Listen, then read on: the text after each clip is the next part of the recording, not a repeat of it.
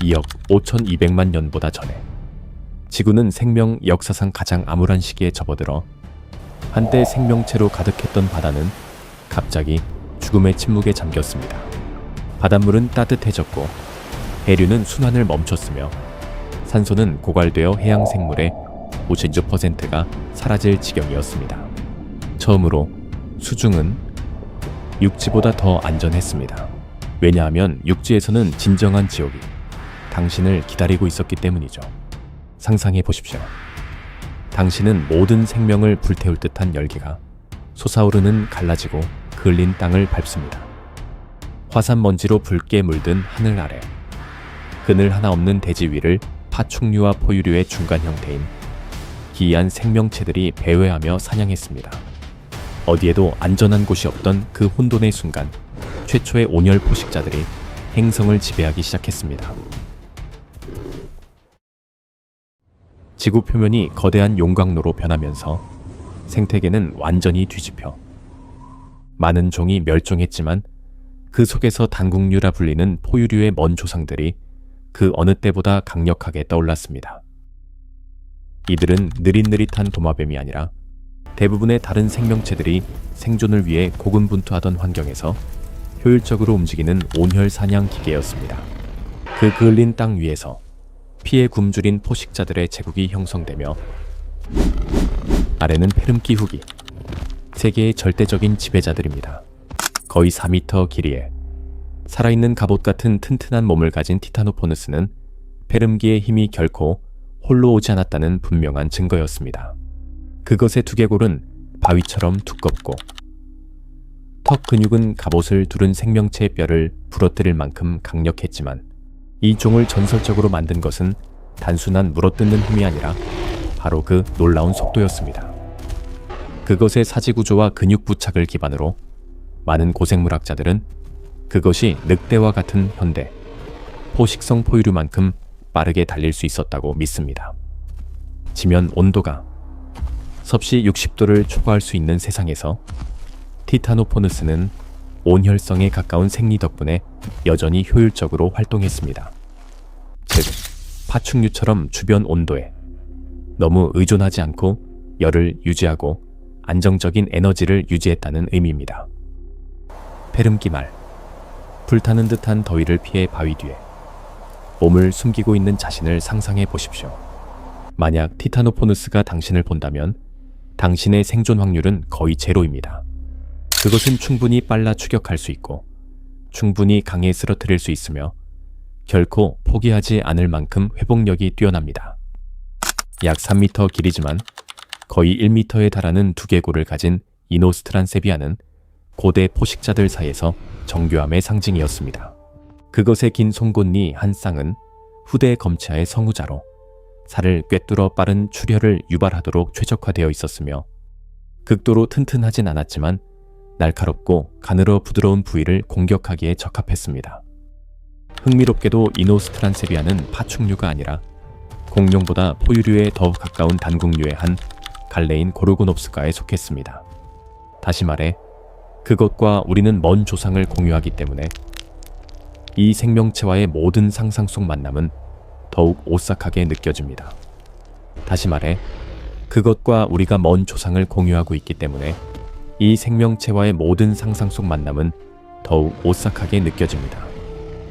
많은 증거들은 이노스트란세비아가 유연한 몸과 빠른 속도, 그리고 다양한 온도에서 활동할 수 있는 능력을 갖춘 전략적인 사냥꾼이었음을 시사합니다. 일부 이론은 그것들이 그 시대의 다른 대부분의 종보다 더 높은 에너지 수준을 유지할 수 있었으며 부분적인 온열성에 가까웠다고 제안합니다. 페름기에는 이노스트란케비아의 발소리만 들어도 모든 생명체는 도망치기 바빴습니다. 이노스트란케비아가 정교함을 상징했다면 루비드게아는 길이 약 3.3m의 두껍고 강력한 두개골로 고르고놉스 중 가장 강한 물기를 자랑한 순수한 잔혹성의 화신이었습니다. 큰 턱 근육과 짧지만 튼튼한 목 덕분에 그들은 당시 대부분의 포식자들이 하지 못했던 먹이의 뼈를 부술 수 있었습니다. 루비드게아는 티타노포니우스만큼 빠르지 않았으며 이노스트란케비아만큼 정교하지도 않았지만 공격적인 기질과 놀라운 지구력으로 이를 보완했습니다. 일단 먹이를 잡으면 도망칠 확률은 거의 0에 가까웠죠. 화석 증거에 따르면 루비드게아는 자신보다 훨씬 큰 생명체를 송곳니와 강력한 물기 힘으로 갑옷을 뚫고 뼈를 부수며 사지를 찢어발기며 공격한 것으로 보입니다. 이것은 배가 불렀을 때조차 절대 마주치고 싶지 않은 생물이었습니다. 길이 최대 6m, 무게 약 800kg의 안터사우루스는 단국류 가족의 첫 번째 거인 중 하나였습니다. 언뜻 보기에 1m가 넘는 머리와 거대한 몸을 가진 이 생물은 많은 사람들이 느린 생물이라고 생각했지만 두개골 구조와 근육 부착 부위에 대한 최근 연구는 그 반대를 보여줍니다. 안터사우루스는 겉모습이 암시하는 것보다 훨씬 빨랐습니다.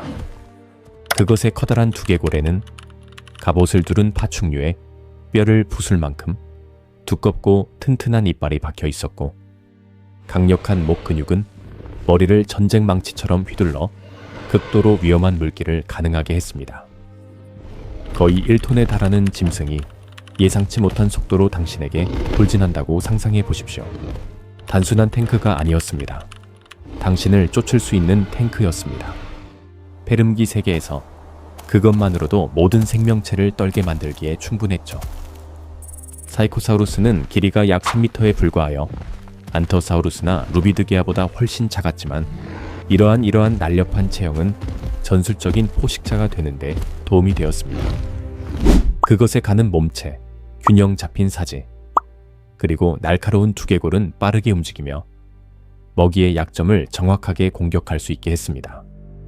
많은 연구자들은 사이코사우루스의 눈과 두개골 구조가 어두운 곳에서의 우수한 탐지 능력을 시사하기 때문에 이들이 기온이 덜 극심한 밤에 활동했을 가능성이 높다고 믿습니다. 만약 그것이 사실이라면 페름기에는 어둠조차도 더 이상 안전한 피난처가 아니었다는 뜻이 됩니다. 사이코사우루스는 가장 강하지도 가장 크지도 않았지만 영리함, 즉 전략과 적응력이 자연에서 항상 자리를 차지한다는 증거였습니다. 후기 페름기. 세계는 마치 자연이 포식자들을 특별히 편애하던 시대처럼 속도의 기계 티타노포니우스와 검치류 이노스트란케비아에서부터 잔혹한 루비드게아, 거대한 안터사우루스에 이르기까지 온통 사냥꾼들로 가득했습니다. 그들은 먹이, 사슬의 정점에 있었으며 수백만 년 동안 땅을 지배했지만 그 힘은 영원히 지속되지 않았죠. 땅은 전혀 다른 전략으로 살아남은 비포식성 생물들을 비롯해 아직 드러나지 않은 많은 비밀을 품고 있었습니다. 그리고 살인자들이 배회하는 동안 생존을 위한 투쟁의 다른 한편에서는 새로운 생물 집단이 멸종의 그림자에 맞서 굳건히 서려고 노력하고 있었습니다. 땅이 갈라지고 뜨거운 먼지층. 뒤에 포식자들이 숨어있던 숨막히는 페름기 세계에서 모든 생명체가 공격하기 위해 태어난 것은 아니었습니다. 피에 굶주린 고르고놉스류와 함께 더 느리고 온순하지만 놀라울 정도로 끈질긴 생존 전략을 지닌 완전히 다른 무리의 동물들도 존재했습니다.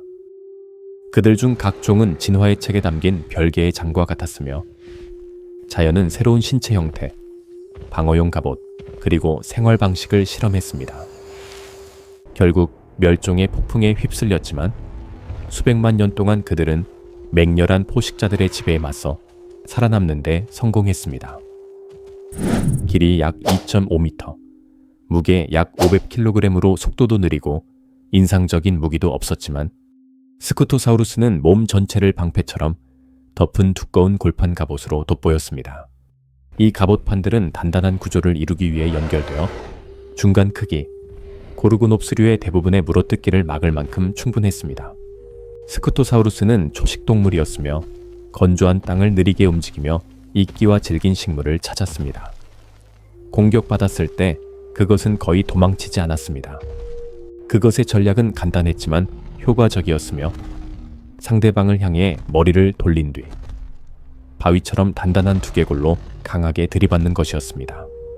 스쿠토사우루스의 어떤 단일한 특징도 승리하기 위해 만들어지지 않았지만 각 특징은 실패하지 않기에 충분했으며 자연에서 그것은 가장 가치 있는 생존 전략입니다.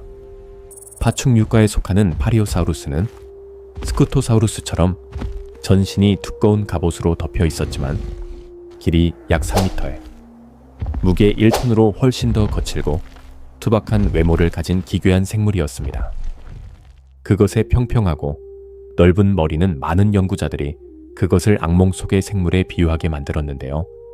스쿠토사우루스와 달리 파리오사우루스는 비정상적으로 두꺼운 두개골과 매우 강한 목 구조 덕분에 영역이나 짝짓기 경쟁에서 머리 박치기 전투에 머리를 사용할 수 있었습니다.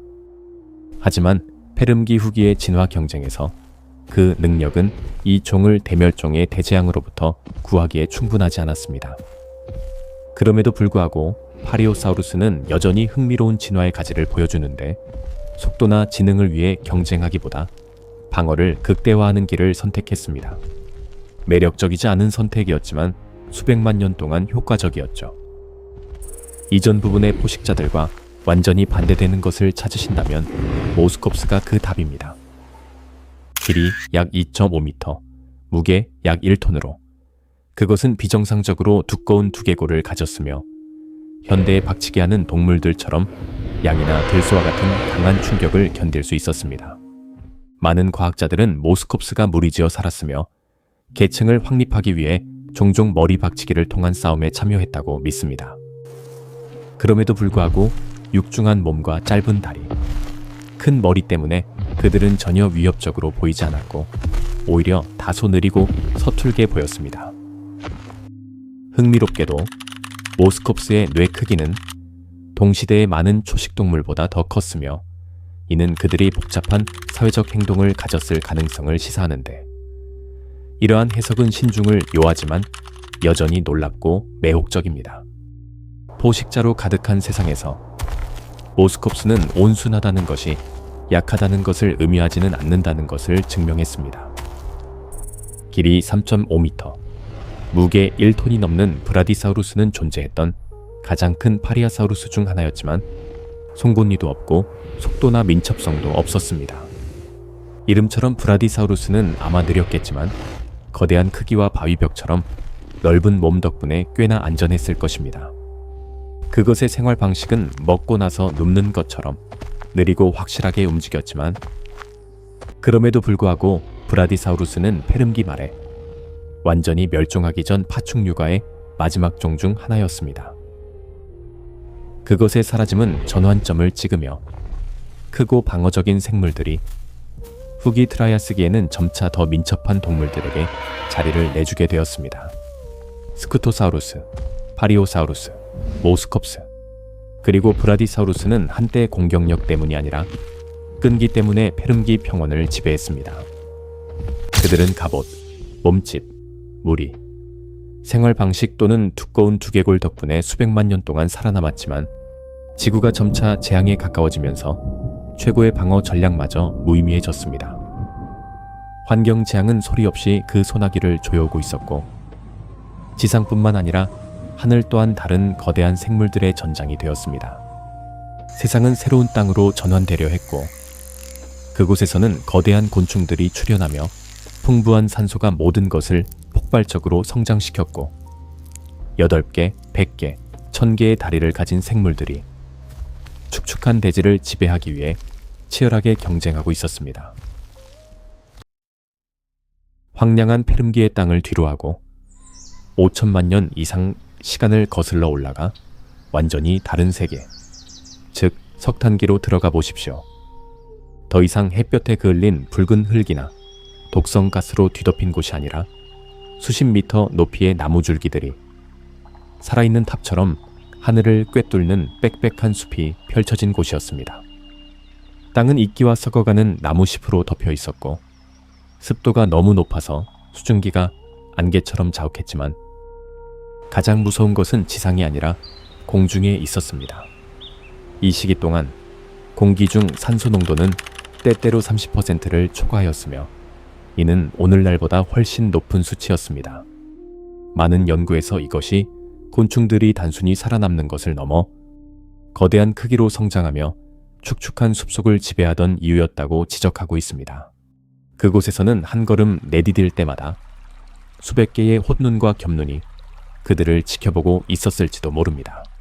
40에서 55cm에 달하는 날개 길이를 가진 팔로딕티옵테라는 가장 큰 초기 곤충 중 하나가 되었습니다.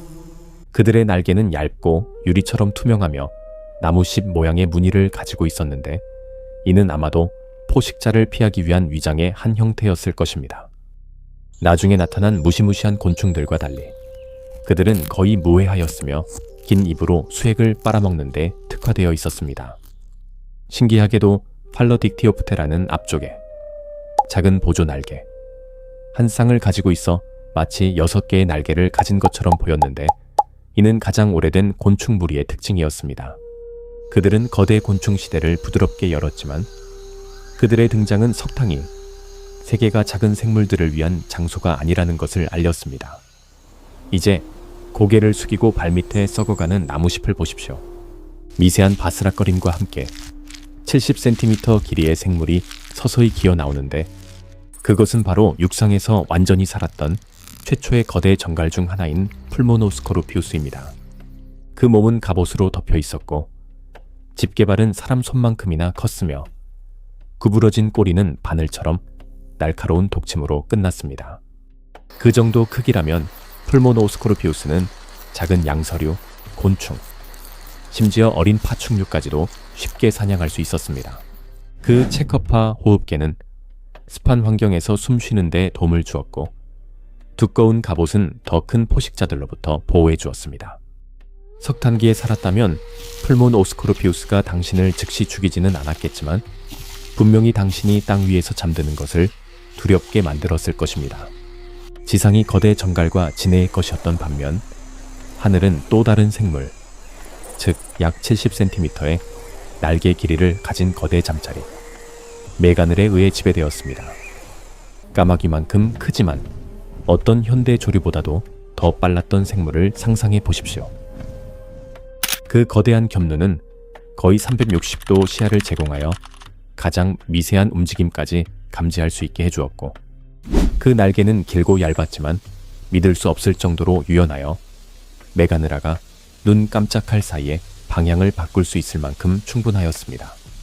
연구원들은 그것이 두 가지 사냥 전략을 사용했다고 믿고 있는데 하나는 위에서 급습해 긴 다리로 먹이를 단단히 움켜쥐는 속도 매복 방식이고 다른 하나는 천천히 선회하며 기회를 엿보다가 무시무시할 정도로 정밀한 겹눈으로 표적을 갑자기 고정하는 추적 방식입니다. 이것은 단순한 곤충이 아니라 새가 등장하기 훨씬 이전 시대를 지배했던 맹수입니다. 정갈과 잠자리 모두를 길을 비키게 만들었던 것이 있다면 지금까지 나타난 가장 거대한 육상 무척추 동물인 아르트로플르라였습니다. 길이 최대 2.6m, 무게 약 50kg에 달하는 아르트로플르라의 몸은 기왓장만큼 큰 수십 개의 갑옷 마디들로 형성되어 있었으며 단단히 맞물려 움직이는 방패를 만들었습니다. 마른 잎사귀 위를 기어갈 때면 바스락거리는 소리는 수십 미터 밖에서도 들을 수 있었지만 가장 놀라운 점은 아르트로플르라가 포식자가 아니라 오늘날의 노래기처럼 썩은 잎과 떨어진 식물을 먹는 초식성 생물이었다는 것입니다. 그럼에도 불구하고 사람의 몸보다 긴 살아있는 바위의 존재는 여전히 다른 모든 생명체를 경계하게 만들기에 충분했습니다. 처음 발견되었을 때 메가라크네는 길이 1.8m에 달하는 늪에서 수영할 수 있는 6눈과 8다리를 지닌 거대한 거미로 여겨져 한때 세상을 놀라게 했습니다. 그러나 이후 연구를 통해 메가라크네가 거미가 아니라 오늘날의 투구개와 먼 친척 관계인 일종의 바다 정알이었다는 흥미로운 사실이 밝혀졌습니다. 노처럼 뻗은 두 개의 앞다리를 가진 납작한 몸은 늪 바닥에서 흙을 쓸어 먹이를 찾는 데 도움이 되었는데요. 한때 생각했던 것처럼 가장 무서운 생물의 칭호를 더 이상 가지지 않지만 메가라크네는 여전히 매혹적인 미스터리로 남아있습니다. 고생물학이 우리의 인식을 완전히 바꿀 수 있는 놀라움과 발견들로 항상 가득하다는 것을 증명하고 있습니다. 메가라크네 이전에 바다 정알인 의리프테리드는 얕은 바다의 지배자였습니다. 프테리고투스나 히베르톱테루스와 같은 종들은 쓸어먹기 라고 불리는 독특한 사냥 전략을 개발했습니다. 넓은 팔다리로 해저를 쓸어 퇴적물을 휘저어 먹이를 노출시키는 방식이었습니다. 이 그룹의 정점은 길이가 2.5m에 달했던 야켈롭테루스였습니다. 커다란 발톱과 튼튼한 몸으로 물고기와 심지어 다른 의리프테리드도 사냥할 수 있었습니다. 비록 그들은 석탕이 이전에 멸종했지만 그들의 유산은 오늘날의 현대 갑각류에 여전히 살아있죠. 이것은 육지뿐만 아니라 심지어 수중에서도 크기가 진화의 무기가 되었던 시대였습니다.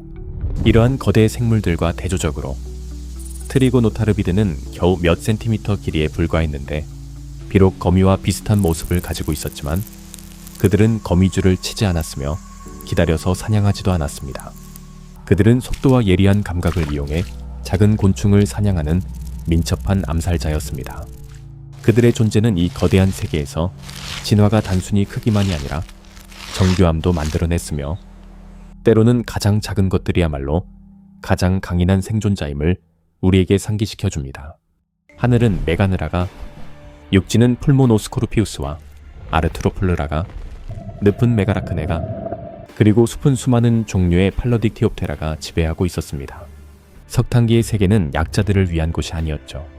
그러나 아무리 강력하더라도 이 생물들은 자신들을 기다리는 기후변화와 거대한 지질학적 변화를 피할 수 없었습니다.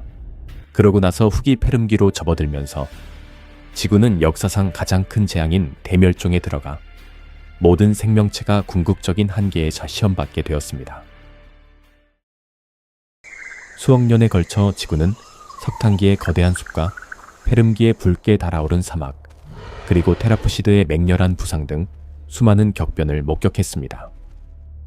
그러나 영광스럽든 피비린내 나든 그 모든 장들은 결국 하나의 결론으로 귀결되었습니다. 모든 생명은 행성의 변화무쌍한 힘 앞에 나약하다는 것입니다. 페름기 말기, 지구가 역사상 가장 큰 멸종 사건인 대멸종을 겪었을 때만큼 그것이 더 명백했던 적은 없었습니다. 어떠한 재앙도 하룻밤 사이에 일어나지 않죠. 페름기 말기에 자연은 경고를 보내기 시작하여 대륙들이 초대륙 판게아로 합쳐지면서 기후는 더욱 혹독해졌고 건기는 길어졌고 간구량은 급격히 줄었으며 낮과 밤의 기온차는 극심하게 벌어졌습니다. 수백만 년 동안 안정적이었던 수많은 생태계는 이제 가뭄, 식물, 감소, 그리고 종들 간의 치열한 경쟁에 직면했지만 그것은 단지 시작에 불과했습니다.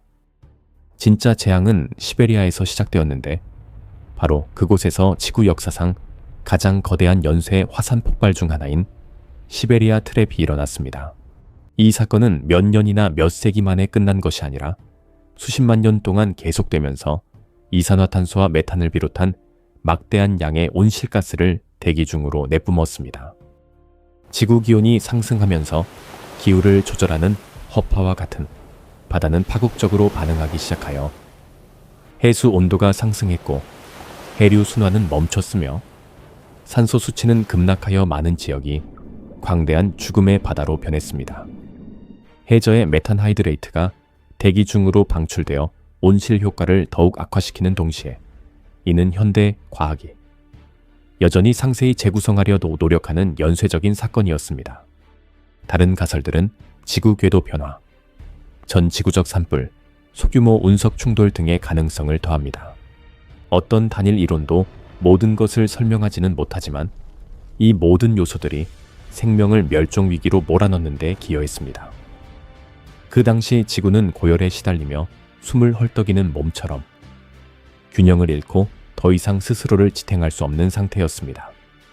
연쇄적인 사건들이 시작되자마자 어떤 종도 홀로 떨어져 있을 수 없었고 가장 먼저 붕괴된 것은 바다였습니다. 해양 멸종률은 90에서 96%에 달했으며 이는 그 어떤 시기에도 전례 없는 참혹한 수치였습니다.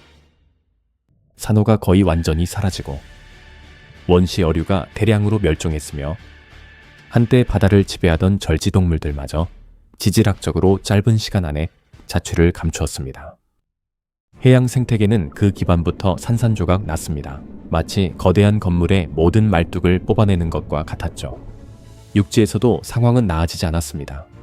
덥고 건조한 기후로 인해 식물은 시들었고 토양은 침식되었으며 먹이 사슬은 끊어져 스쿠토사우루스, 브라디사우루스, 파리오사우루스 같은 초식 동물들은 한때 살아있는 요새와 같았으나 이제 먹이가 없었습니다. 아무리 강력한 포식자라도 먹이가 사라지자 살아남을 수 없어 이노스트란케비아, 루비데아, 티타노포니우스, 안테오사우루스 같은 최상위 포식자들은 완전히 전멸했습니다. 많은 연구에 따르면 육상 생명체의 70%가 사라졌는데요. 이것은 단순한 멸종 사건이 아니라 생태계 전체의 완전한 붕괴였습니다. 나무도 풀도 자라지 못했고 땅은 침식되었으며 공기마저 유독해졌습니다. 그 당시의 지구는 황량하고 맹렬히 뜨거우며 고요의 녹색이 거의 없는 낯선 행성을 닮았지만 그토록 비극적인 상태에서도 생명은 결코 완전히 사라지지 않았습니다.